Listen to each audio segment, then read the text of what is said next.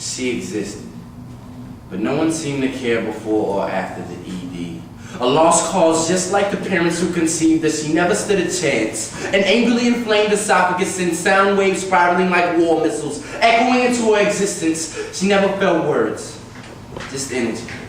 So every time my mother thought the word pregnant, electrons ate away at her skin. Vicious pint-sized piranhas swimming in the pool of Coors Light she bathed in. The umbilical cord was the only connection they had. It was her life support. Yet each jerk of the intestines threatened to pull the plug. Gags were reversed I hate yous that locked into painful knots of silence with each attempt to leave her mother's throat.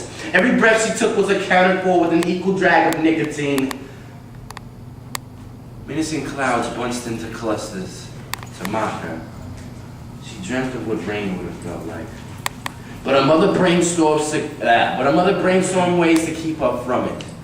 Her excuse was, she didn't have time for a kid, nor the money for an abortion, so she just found the cheapest way to put the little bastard out of its misery. She had to be cold.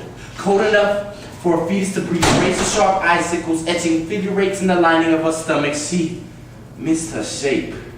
And the quickest way to get it back was to pop the life-size pimple she felt festering in her stomach. So instead of her nails, she used her fist, pounding and squeezing, tenderizing every little underdeveloped ligament so the stray dogs wouldn't have trouble chewing.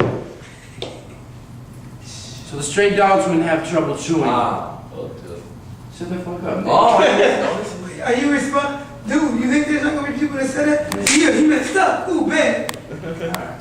So the stray dogs wouldn't have trouble chewing. Clenching her abdomen tightly as if to pierce through her abdomen to drain herself of her impurities. She had to be whole. She had to be beautiful. She had to be crazy to think that she'd ever survive this.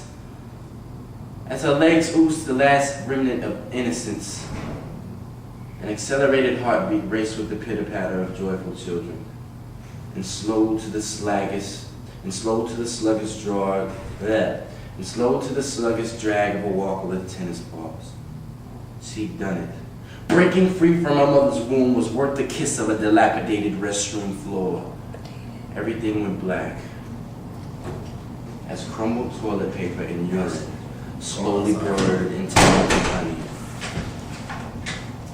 My mother chose the devil's pathway. Cherubs find their way home. Dilapidated. What? 6 minutes. What? No. 6 minutes. 6 minutes. 6 minutes. Timbo, you're on.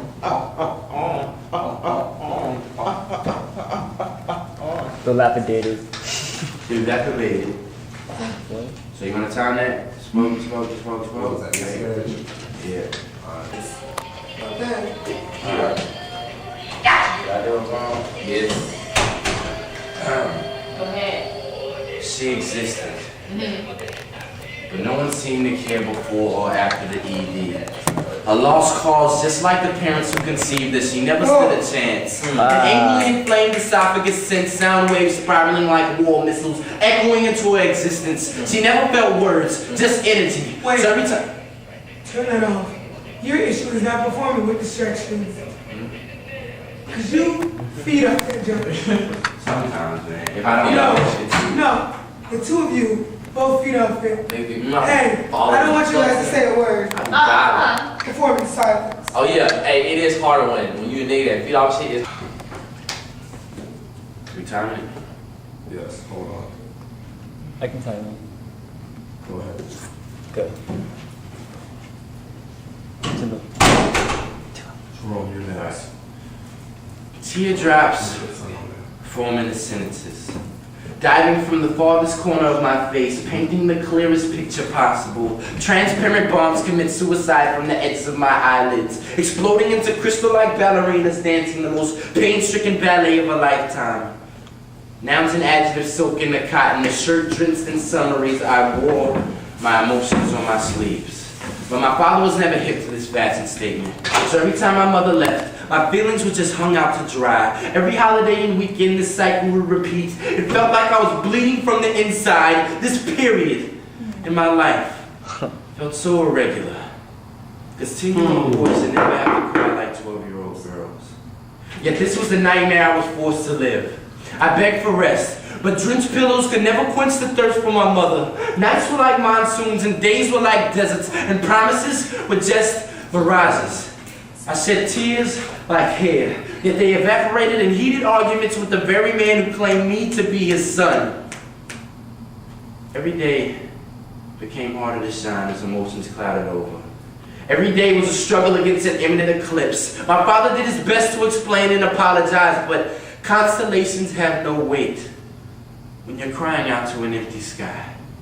If I could only find the Big Dipper, maybe I could tip it over and let old freedom stories wash away the hint of slavery that captivated my father's senses. But instead, he abolished any thought of emancipation and kept me shackled in his relationship, carrying my indigenous thoughts as far away from the motherland as humanly possible. Eyesight flooded to the brim. I lashed out at pupils in classroom settings. The sweet melody of thrown chairs and enraged teachers with The sweet melodies of thrown chairs and enraged teachers were the spiritual hymns that muted the oppression spastically clawing at the walls of my mind. Floggings were just a regular routine. Swollen purple orchids pollinated again and again by the searing sting of leather. It took a life from me.